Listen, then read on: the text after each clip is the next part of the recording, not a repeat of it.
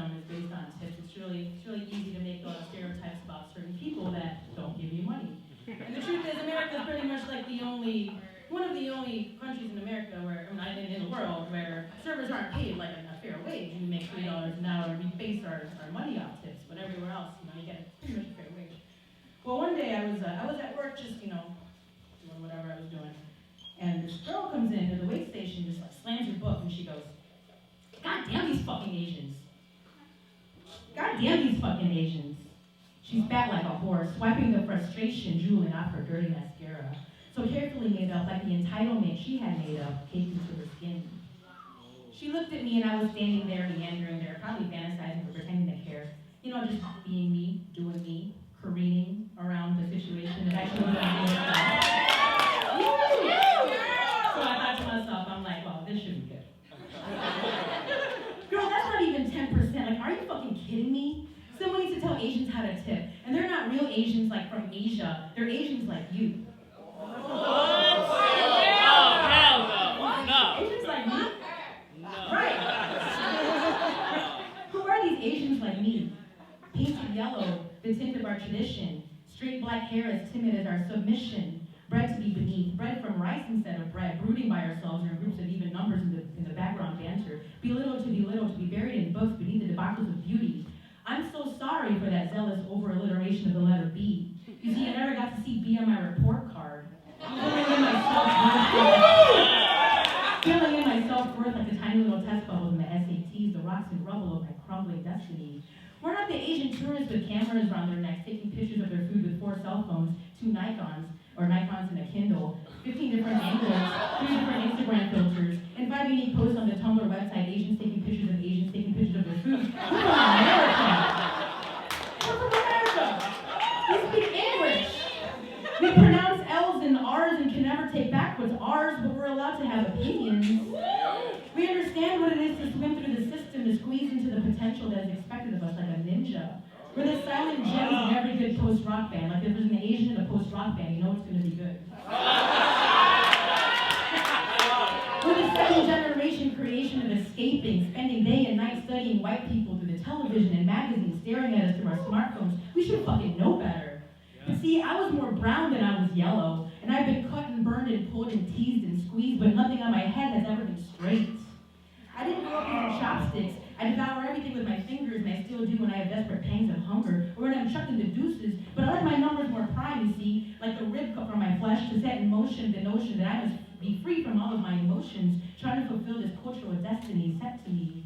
I am a tourist in my own community, wearing a lensless camera with batteries made of neuroses, too gay to be pretty, not quite fabulous enough to be queer, and okay. There's only one photo of me on Asians taking pictures of Asians.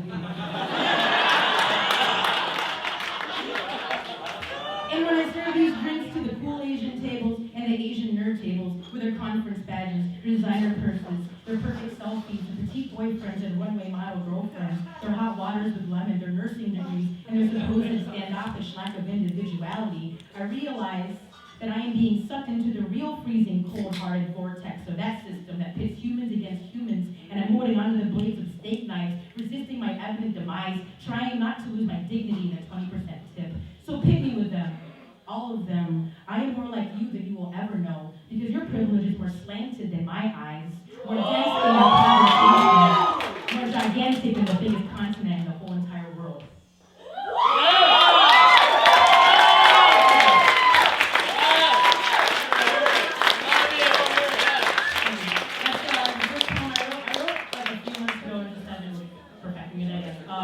It's number 1 of a series I wrote called Lamentations of a Asian. And this is the second part. I was in Brooklyn. Yeah. We were sitting in the side room of the living area. I guess that's what it's called. The area where people live. The area where people talk about things like revolution, the migration of auras, our consensual love for Radiohead, and how I was sexist for not having a woman lead singer on my top 5 favorite bands list. Crown Heights was Paris in 1832, eating bourbon-infused donuts with Hector Berlioz, Franz Liszt, Victor Hugo, my boy Freddie, Francois Chopin. That's where I first witnessed her incantation.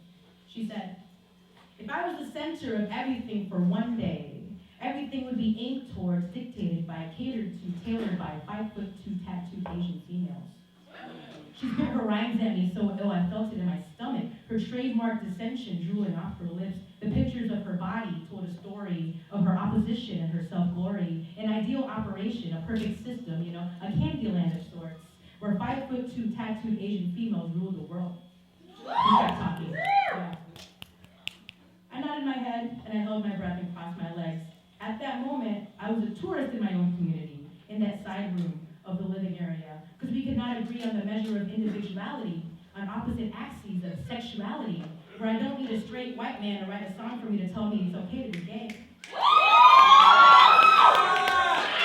And it got me thinking, if a 5'2" tattooed Asian female ruled the world, these semi-revolutionary intellectual activists, brainiac single girls with their pot dealer boyfriends, then maybe 5'3.5" tomboyish ambidextrous Filipino composers with sideways and fitted caps will take over the underground. We'll create our own rules. Every dance party doesn't start with an LCD sound system song. The harder you dance, the louder you blow to find the other souls in these caves. Souls genderless, classless, raceless, all dancing as one to North American scum until we pass out from exhaustion. We'll fight against the man, fighting against the woman, fighting against the man. It won't matter who they are, they're all the same. We'll abolish it, spitting fire to a crushing foundation, and hide behind a middle finger to mainstream media. We'll coexist in a world where there will be no need for fear, or prejudice, or cops, or student loans. The only classes that will remain will be art classes.